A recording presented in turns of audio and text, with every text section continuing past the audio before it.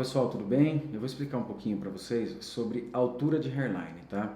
Porque eu vejo que em algumas situações tem pessoas que acabam comentando: ah, ficou muito grande a testa, a entrada ficou muito grande ainda. Mas o que é importante a gente salientar, pessoal, é que nem tudo que é possível vai ficar bom, tá? E às vezes nem tudo que o paciente quer é possível ser feito, tá? Então, o objetivo do cirurgião é sempre escutar a principal queixa do paciente, qual é a dor do paciente. Mas ele precisa explicar o que é possível fazer ou não, que cada situação que a gente vai fazer vai envolver a gente abrir mão de outras, tá? Então, é assim, quem vem buscar uma clínica, por exemplo, quem vem operar comigo aqui, ele vem porque confia no meu trabalho e sabe que, sob hipótese nenhuma, ele vai sair daqui com uma hairline esquisita, com um transplante estranho, tá? Que depois vai chamar a atenção por um lado negativo. Então, eu nunca vou fazer uma linha que é quase na sobrancelha do paciente, por mais que a queixa dele seja o tamanho da testa, porque existem proporções do rosto que a gente tem que seguir. Tá? Então, é sempre o que a gente tem como base que o rosto é dividido em 3/3, tá? Então, da base do mento, que é o queixo, até a base do nariz, da base do nariz até a glabela e da glabela até o início da linha frontal. Teoricamente, essa proporção tem que ser mantida, tá?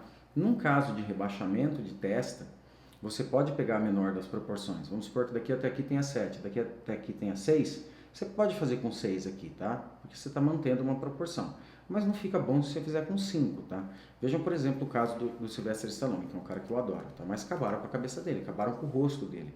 Olha a altura da hairline, não é possível que alguém ache isso bonito, tá? Por mais que a queixa dele fosse, eu tô com muita entrada, eu tô com a testa grande, o cirurgião tinha que ter falado para ele que desse jeito não ia ficar bom, tá?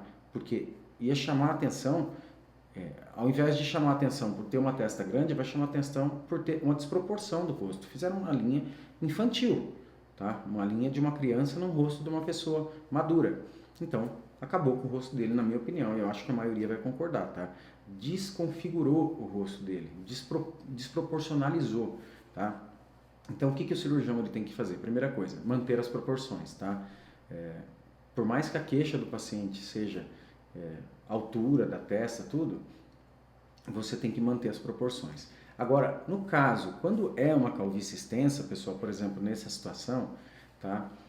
E você não tem uma área doadora muito boa, você não tem à sua disposição a quantidade de folículos que você quer, você tem que explicar para o paciente, tá? Que se você começar a baixar demais, ser muito radical em altura, tá? De linha, diminuição de entradas, baixar demais, tirar totalmente as entradas, puxar o recesso bem para frente, você não vai ter fios suficientes para cobrir a extensão da calvície do paciente, que é o objetivo maior, eu acho, tá?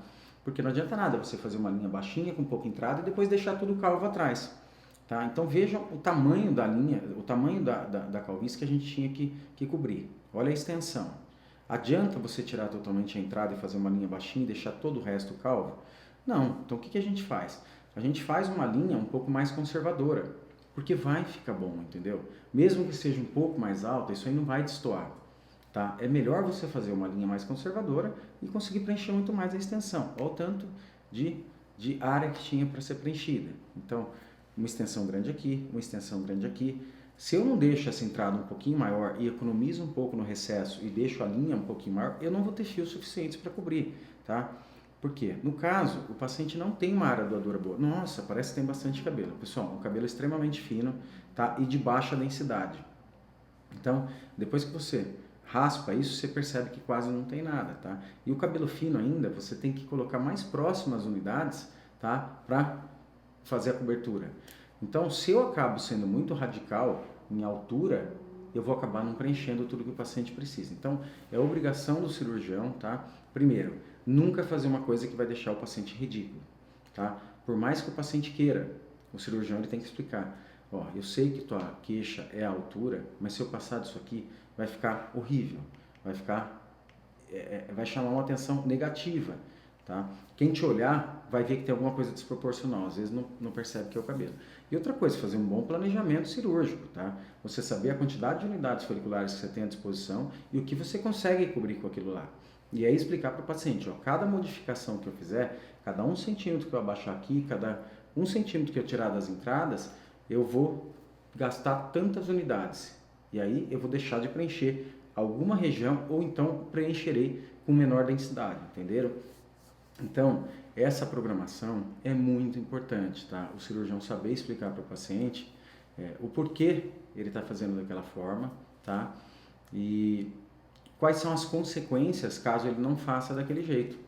Então, por isso que quem busca uma clínica confia no trabalho do cirurgião, tá? É extremamente importante a gente escutar qual é a queixa do paciente. É isso que vai nortear o teu desenho, tá? Você vai perceber se a questão é o quê? Preenchimento, se a questão é densidade, se a questão é altura de testa, tá? E tentar equilibrar tudo isso aí, tá bom? Obrigado, pessoal. Até mais.